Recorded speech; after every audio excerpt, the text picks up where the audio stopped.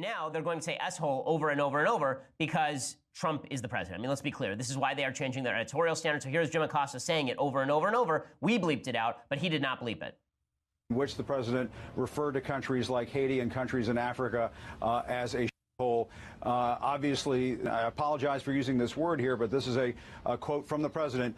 Why are we having all these people from whole countries come here? Why are we having all these people from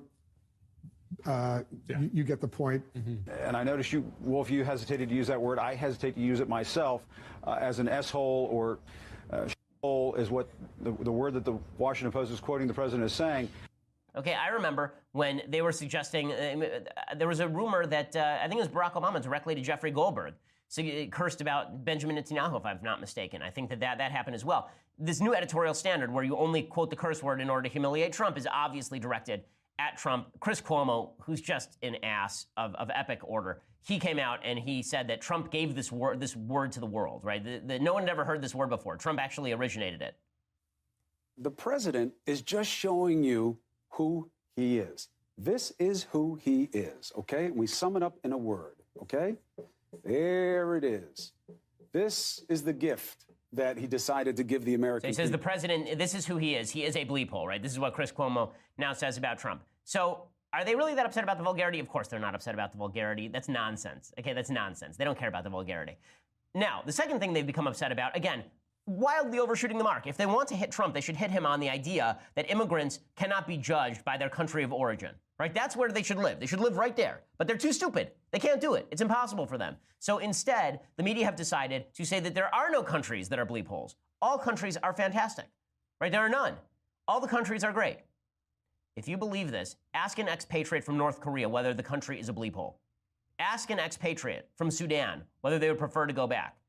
I mean, only the left could be this stupid. Seriously, you have to be a moron to fall into this particular trap, saying that there's no such thing as a bleep hole country. Right? Rich Lowry of National Review, he humiliated Joan Walsh, a CNN contributor, yesterday on the network, specifically asking her, like, you're saying that some countries are not bleep holes. Would you rather live in Haiti with its average income GDP, its average annual GDP per capita at $730 a year, its average life expectancy at 63, its literacy rate at 61%. Would you rather live there or Norway, where the average income is $62,000 a year? And watch Joan Walsh try to run screaming from this question with her hair on fire. You know, Rich, you're really contradicting what the administration has already said. They have said the reason that they're ending these protections for Haitians and for Salvadorans specifically is that those countries are no longer basket cases and they can go back. Now, so you can't really have it both ways. You're contradicting yourself then. So if you say they shouldn't go back because they're so dangerous or they're so violent, which is a left position, you're saying there are basket cases. I don't have a left position. They're supposed to be temporary protected status. Both countries have a lot of problems. And a lot of these people have lived here 10, 12, 17 years. They haven't caused trouble. Would you rather live in Norway or Haiti? I didn't actually interrupt you. I don't know. I don't know. I haven't been to either place. Why are you? I don't know. I don't know. Like, come on. I don't know. Of course she knows. Are you kidding? Joan Walsh probably wants to move to Norway now. Like, that's absurd. It's absurd. And she's not the only one doing this. The worst, of course, is Stephen Colbert. So Stephen Colbert last night goes on his show, and this is clip 17, and he explains that there are no bleep hole countries except the United States. We're the only one because Trump is president. This afternoon, he was meeting with lawmakers to discuss immigration policy. Several of these lawmakers suggested lifting restrictions for immigrants from Haiti, El Salvador, and various African countries. Trump reportedly said, why are we having all these people from whole countries come here? Wow. Sir, they're not whole countries. For one, Donald Trump isn't their president. Okay, stop it right there. The idea that this is going to win Democrats' elections, are they insane? This is going to be their pitch? That Haiti's not a bleep hole, but the United States is a bleep hole because Trump is president? Like, what? This logic escapes me. Again, there's plenty of ways to hit Trump over these comments and plenty of reason to do so. But to live in the nobody's a bleep hole country except for the United States, I mean, good luck with that one. Good luck with that one. Also, there is something a little bit contradictory about the idea that people have to escape bad countries to come here, but we won't label the country bad in the first place, right? So Anderson Cooper yesterday talks about how he's been to Haiti and he's helping Haitian children.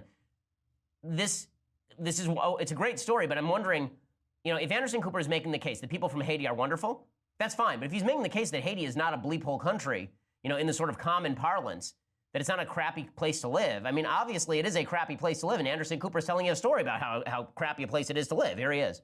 I was there when a young girl named B, who'd been trapped in rubble for nearly a day, was rescued by people who had no heavy equipment. They just had their God-given strength and their determination and their courage. I was there when a 5-year-old boy named Monley was rescued after being buried for more than 7 days. Do you know what strength it takes to survive on rainwater buried under concrete? A 5-year-old boy buried for 7 days. Haitians slap your hand hard when they shake it. They look you in the eye. They don't blink. They stand tall, and they have dignity. It's a dignity many in this White House could learn from. Okay, so I totally agree with everything that he's saying about Haitians. I know a lot of Haitians who are just wonderful, wonderful people. People who immigrate to this country, by and large, are wonderful people who are coming to make the country better. But if your argument is that Haiti is a great country, Haiti is not a great place to live. Okay, you just talked about a kid who was buried for 7 days under rubble. That doesn't happen in the United States. We don't get that in the United States on a regular basis. We don't have tens of thousands of people who are buried under rubble when an earthquake happens. Because America is a better place to live than Haiti. America is a better country than Haiti. Okay, and I mean that by government. It's a better governed country. And I mean that in terms of whatever cultural attributes lead to a bad governance there. That's not to suggest people can't come from Haiti and be wonderful American citizens. They can.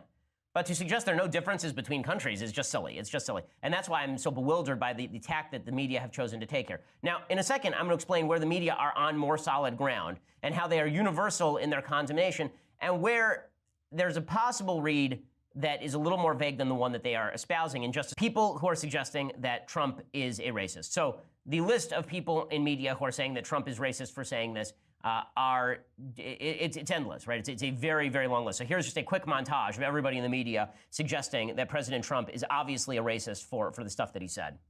The President of the United States is racist. If it's accurate, it confirms what I've said on this show before. Donald Trump is a bigot. Yes, he speaks in a racist way. It just shows that, the president has racist views. Let's be real clear. This is the most racist, bigoted Al Sharpton, my God, comments that we've heard a president make. But it doesn't make what he said any less ignorant or any less racist. Not racial, not racially charged, racist. Let's not kid ourselves. This remark by the President of the United States smacks of blatant racism, the most odious and insidious racism masquerading poorly as immigration policy. This is ignorance. This is ignorance to speak in such vile, racist terms. We can dance around it and not really put our finger on it, but the president seems to harbor racist feelings about people of color. Okay, and that last one is Jim Acosta. Of course, Jim Acosta is the White House press correspondent. He's not an opinion guy, right? He's supposed to be the objective news journalist. So there are a few things here. So as I have suggested, it is a plausible read that the President of the United States is saying that people from Haiti cannot properly immigrate to the United States because they are bad people because it's a bad country. That would be racist. Okay, that would be racist. It would be stupid. To say that he harbors, feelings of animosity for people of color as a whole, I think would be a little bit too broad, considering that in the same article it says that he wants more people to come in from countries like South Korea. That's full of Asian people who are not white. But that said, yes, this is I'm not going to pretend it's not a plausible read. It is a plausible read. Mia Love, who's the daughter, I believe, of Haitian immigrants, she tweeted out her statement on this. She said, "The president's comments are unkind, divisive, elitist, and fly in the face of our nation's values. This behavior is unacceptable from the leader of our nation. My parents came from one of those countries, but proudly took an oath of allegiance to the United States and took on the responsibilities of everything that being a citizen comes with. They never took a thing from our federal government. They worked hard, paid taxes, and rose from nothing to take care of and provide opportunities for their children. They taught their children to do the same. That's the American dream. The president must apologize both to the American people and to the nations he so wantonly maligned." Okay, so I think that this is a perfect statement. Honestly, I think that what Mia Love says here is essentially correct. You come here, you work hard, you play by the rules, you assimilate, you get involved in the American dream.